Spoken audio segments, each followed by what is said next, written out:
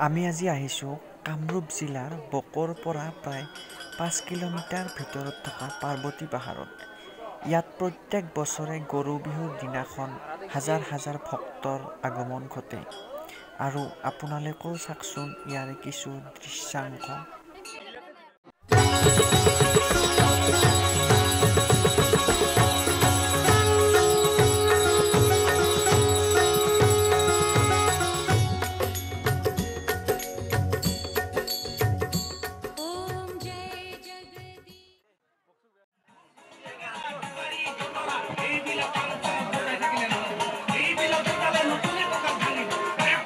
আৰু ওপৰলৈ গৈ থাকোঁতে দাদাজনৰ গান শুনি নৰৈ থাকিব নোৱাৰিলোঁ।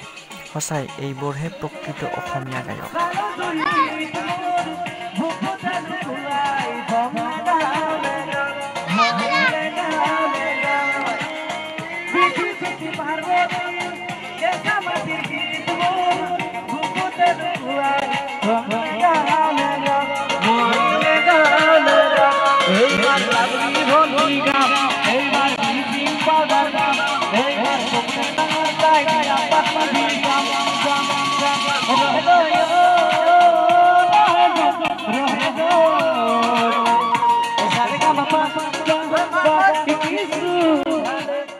তলত চাওকচোন সেই ঘৰ আৰু গাড়ীবোৰ কি নাং নাং দেখি।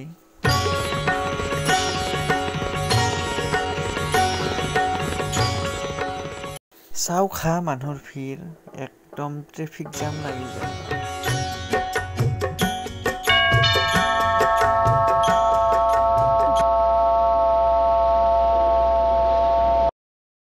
আহি আহি আমি ওপৰ পালোহি আৰু ইয়াত ভক্তসকলে পূজা কৰি আছে। আমিও কৰিলোঁ।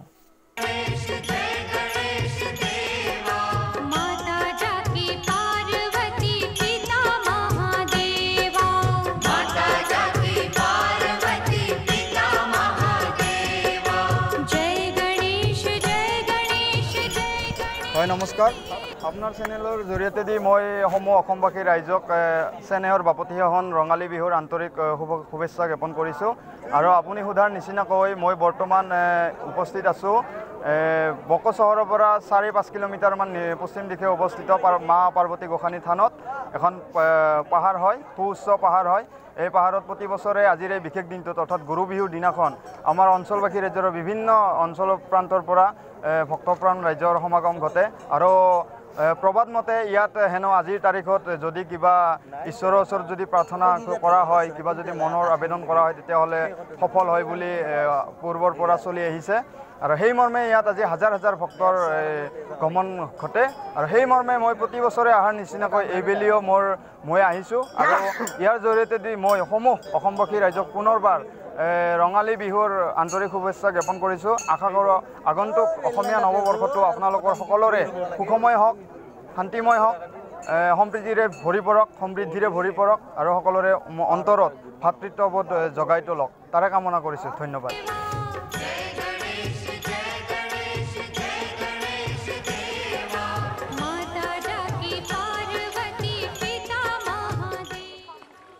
এতিয়া তললৈ নামিবলৈ আৰম্ভ কৰিলোঁ।